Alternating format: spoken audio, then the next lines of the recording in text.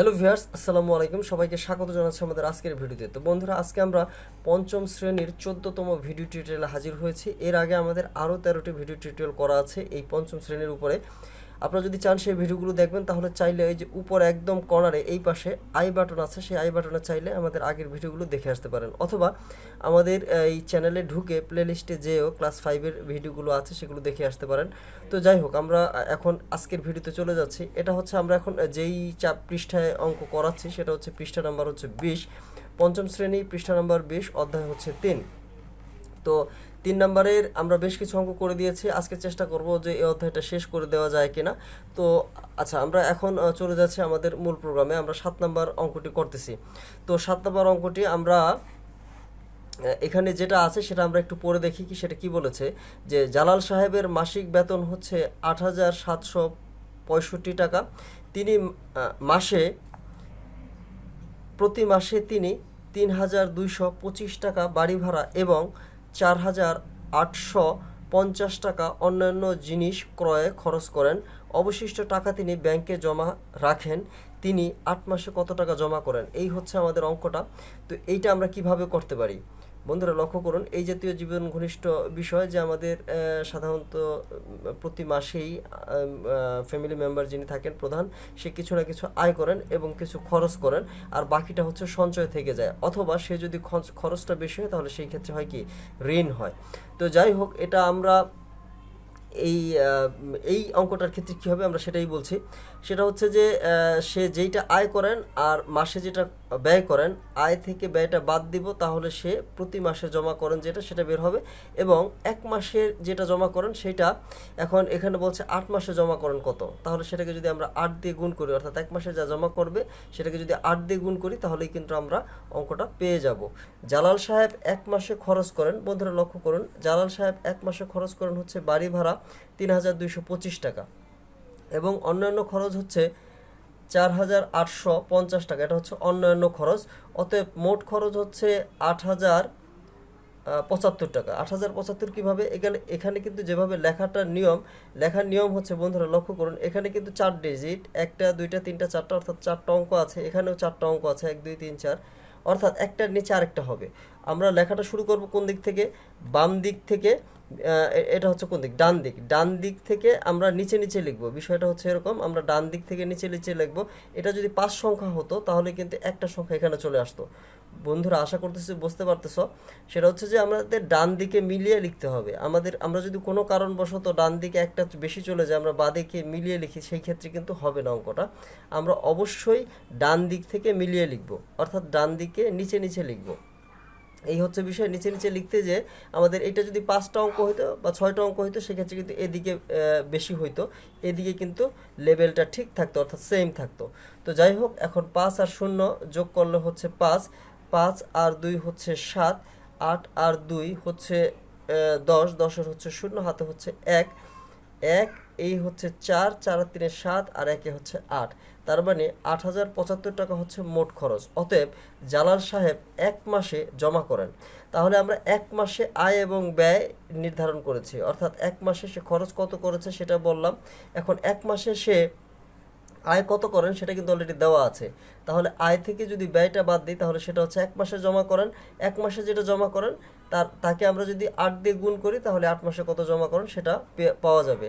তাহলে জালাল সাহেব এক মাসে জমা করেন হচ্ছে, তিনি আয় করেন যেটা 8,765 টাকা, এখান থেকে এই টাকাটা বিয়োগ করা হয়েছে, 8,075 টাকা বিয়োগ।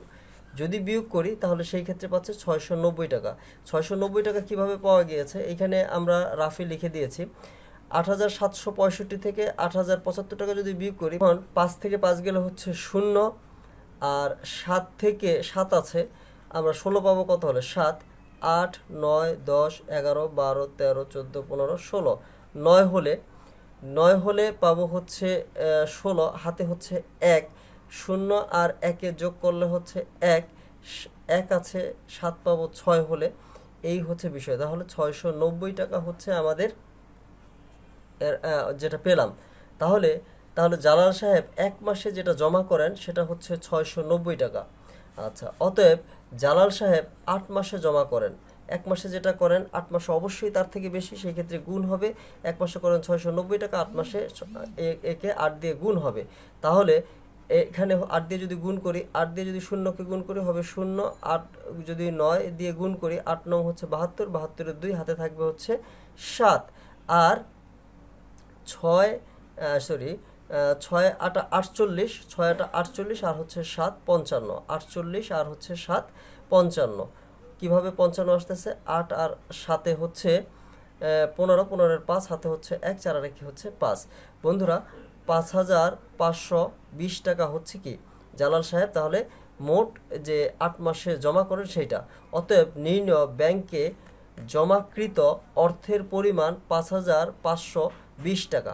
এখন বন্ধুরা আমার কিন্তু এখানে হিজিবিজি হয়ে গিয়েছে, আমরা সেই ক্ষেত্রে কি করব? একটা ফ্রেশ লাইনে লিখব। ভিউয়ার্স, আমরা এখন 8 নম্বর অঙ্কটি করতেছি, সেটা হচ্ছে ফরিদা এবং ফাতেমার বেতন একত্রে হচ্ছে 19,950 টাকা। দুইজনের বেতন একত্রে এত আছে। ফরিদা অপেক্ষা ফাতেমা 2450 টাকা বেশি পায়। ফরিদা এবং ফাতেমার প্রত্যেকের বেতন কত? এই অঙ্কটা করার আগে আমরা একটু চিন্তা করি। সেটা হচ্ছে যে দুইজনের কিন্তু বেতন আছে এবং আরেকজনের বেতন কম বা বেশি আছে। এখানে কিন্তু ফরিদা অপেক্ষা ফাতেমা এত টাকা বেশি পায়, অর্থাৎ ফাতেমা বেশি পায়। তো বিষয়টা হচ্ছে এরকম, একজনে কম পাবে আরেকজনে বেশি পাবে। এখানে বেশি পাচ্ছে হচ্ছে ফাতেমা। এখন ফরিদ এবং ফাতেমার প্রত্যেকের বেতন কত? তো এই জাতীয় ক্ষেত্রে আমরা যেটা করব সেটা হচ্ছে যে যেই টাকাটা থাকবে যে একজন আরেকজনের থেকে বেশি পায়, যে তো যেই টাকাটা বেশি পাবে অথবা কিংবা কম পাবে, বেশি বা কম সেটা যাই হোক না কেন, তো সেই টাকাটা আমরা যে কাজটা করব সেইটা আমরা মূল যে টাকাটা থাকবে সেই টাকাটা থেকে কিন্তু বাদ দিব। বাদ দিলে বাকি টাকাটা যে থাকবে সেই টাকাটা কিন্তু দুইজনে সমানভাবে পাবে। বন্ধুরা আশা করতেছি যে বোঝা যাচ্ছে। সাপোজ এই কলম এইটা হচ্ছে যে এই কলমটা আমরা দুইজনের ভিতরে ভাগ করে দিব।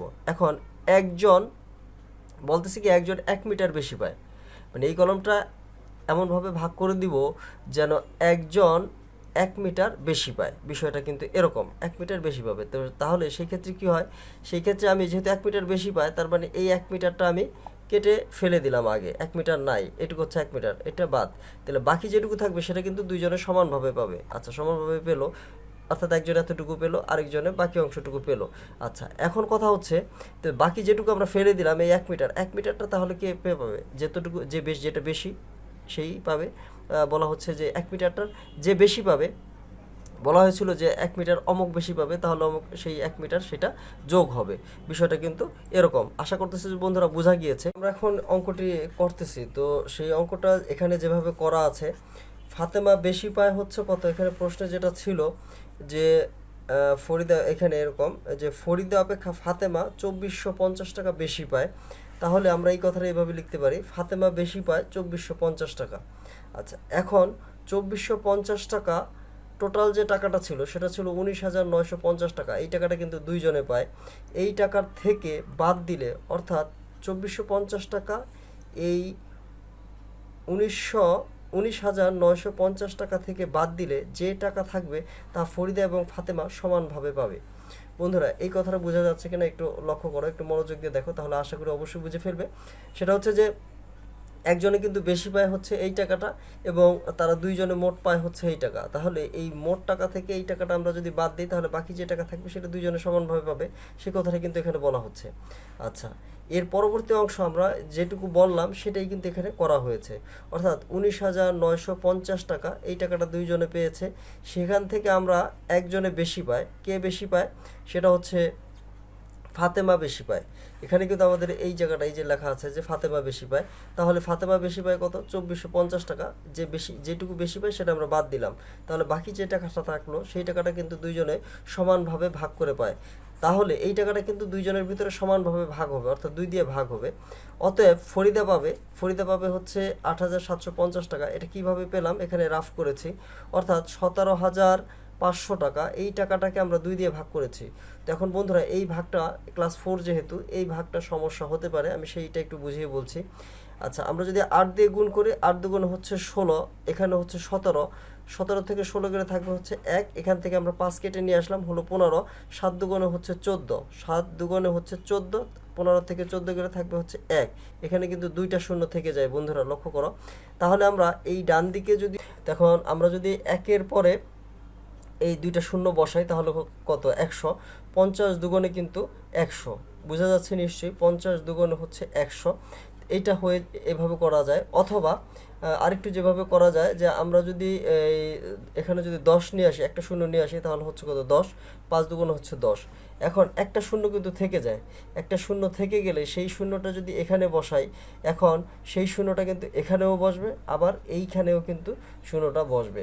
কারণ এভাবেও চিন্তা করা যেতে পারে, আবার আগে যেভাবে বললাম সেভাবে চিন্তা করা যেতে পারে। তো যাই হোক, বিষয়টা হচ্ছে এরকম, আমাদের এই ডান দিকে যদি অনেকগুলো শূন্য থাকে, সেই ক্ষেত্রে লাস্ট পর্যন্ত, অর্থাৎ এখানে কিন্তু আমরা শেষ পর্যন্ত বসিয়ে দিতে পারবো না এইভাবে, এখানে আমরা কোনো কিছু না বসিয়ে। তো আমরা এখানে লক্ষ্য রাখবো সবগুলোকে, অঙ্ক যেগুলো থাকবে ডান দিকে যদি শূন্য শূন্যই থাকে, আমি শূন্যর কথাই বলছি, তাহলে সেগুলো সব একত্রে নামিয়ে ফেলবো। নামিয়ে এখন দেখব যে 2 দিয়ে ভাগ করার ক্ষেত্রে যে এর কতবার যায়, অর্থাৎ 50 দুগুণে হচ্ছে 100, 50 দুগুণে 100, এটা নিশ্চয়ই বোঝা যাচ্ছে। সেই ক্ষেত্রে 100 হবে, আর 100 থেকে 100 গেলে থাকবে হচ্ছে 0। অতএব এখন, এবং ফাতেমা পাবে কত, ফাতেমা যেটা পাবে এখন, এখন বন্ধুরা লক্ষ্য করো, এখানে তো আমরা পেলাম 8,750 টাকা, এই টাকাটা কিন্তু আমরা পেলাম। এখন এই টাকাটার সাথে এখানে কিন্তু একদম প্রথমে বলা হয়েছিল ফাতেমা বেশি পায় হচ্ছে 2,450 টাকা, এটা ফাতেমা বেশি পায়। তাহলে এই টাকাটা কিন্তু সমান, মানে এই 17,500 টাকা দুইজনের ভিতরে সমানভাবে ভাগ করে দিলে একজন পায় হচ্ছে, মানে একজন পাবে হচ্ছে কত 8,750 টাকা করে, 8,750 টাকা একজন পায়। আর আরও একজন 8,750 এর থেকে বেশি পায়, সেটা হচ্ছে কত 2,450, এবং সে কে, ফাতেমা। এবং ফাতেমা পাবে হচ্ছে, তাহলে এই দুইটা যোগ হবে, যোগ হয়ে যা হচ্ছে সেটা হচ্ছে 11,200 টাকা। 11,200 কীভাবে, 0,0,0, 5 5 10, 10 শূন্য, হাতে হলো 1, এই হচ্ছে 4, আর একে হচ্ছে 5, 5 আর হচ্ছে 7, 7 5 12, 12 এর 2, হাতে হচ্ছে 1, 8 9 10, আর একে হচ্ছে 11, অর্থাৎ 11,200 টাকা। আচ্ছা, এখন কথা হচ্ছে বন্ধুরা, এখন আমরা এটা উত্তরটা কিভাবে লিখতে পারি। উত্তরটা আমরা এখানে এভাবে লিখেছি, অতএব ফাতেমা এবং ফরিদার বেতন যথাক্রমে 12,200 টাকা ও 8,750 টাকা। বন্ধুরা, আশা করতেছি বোঝা যাচ্ছে। এই লাইনটা একটু আবার বলি, অতএব ফাতেমা এবং ফরিদার বেতন যথাক্রমে, এই যথাক্রমে মানে হচ্ছে এই টাকাটা যেটা, সেটা হবে ফাতেমার, এবং ফরিদার যেটা পরেরটা হবে ফরিদার। অর্থাৎ প্রথমে যেইটা, এখানে দুইজনের ভিতরে প্রথম কে আছে, ফাতেমা আছে, সেই জন্য, আর এই দুইটা অঙ্কের ভিতরে প্রথমে কে আছে, প্রথমে আছে 11,200 টাকা, আর পরে আছে 8,750 টাকা। বিষয়টা হচ্ছে এরকম, যথাক্রমে যখন আমরা ব্যবহার করব, মানে যেই সিকোয়েন্সটা থাকবে, অর্থাৎ যেটার পরে যেটা থাকবে সেটার পরে সেটাই হবে। অর্থাৎ ফাতেমা আগে আছে, এই টাকাটা আগে আছে, এইটা ফাতেমার টাকা, আর ফরিদা আছে পরে, এবং এই টাকাটা ফরিদারটাও পরে, এই টাকাটা আছে দুইটা টাকার ভিতরে, এই টাকাটা পরে, এটা ফরিদার টাকা। আশা করতেছি বোঝা যাচ্ছে। যদি 3 জন থাকতো তাহলে কি হতো, ফাতেমা, ফরিদা এবং ধরে নাও রোকেয়া, সেই ক্ষেত্রে কি হতো, যদি কমা দিয়ে লিখতাম রোকেয়ার বেতন, তাহলে লাস্টে 3 নাম্বার যেটা হতো, এখানে যদি রোকেয়া 3 নাম্বার থাকে, এবং এখানে সিরিয়ালি যদি 3 নাম্বার যে টাকাটা থাকবে সেটা হচ্ছে রোকেয়ার টাকা। বন্ধুরা, যথাক্রমে মানিটা বোঝানোর জন্য আমি এতগুলো কথা বললাম, আশা করতেছি যে বোঝা যাচ্ছে। আমরা কিন্তু পরবর্তী ভিডিও নিয়ে খুব শীঘ্রই হাজির হচ্ছে বন্ধুরা। আমাদের আজকের ভিডিও যদি ভালো লাগে তাহলে অবশ্যই একটা লাইক দিবে, এবং আমাদের চ্যানেলটি যারা এখন সাবস্ক্রাইব করেনি, আমি বন্ধুরা রিকোয়েস্ট করবো চ্যানেলটি সাবস্ক্রাইব করে সাথে থাকবে। আশা করি তুমি 1% হলেও বেনিফিট পাবে, ইনশাল্লাহ অলরেডি পেয়ে গেছো আশা করি, যদি তুমি এই ভিডিওটি সম্পূর্ণ দেখে থাকো ক্লাস 5-এর। তো বন্ধুরা, যারা আমাদের ভিডিওটি দেখলে তোমাদের অসংখ্য অসংখ্য ধন্যবাদ। আমাদের চ্যানেলটি সাবস্ক্রাইব করে সাথে থাকবে ইনশাআল্লাহ। ভালো থাকবে, খোদা হাফেজ, আসসালামু আলাইকুম রহমতুল্লাহ বারাকাতুহু।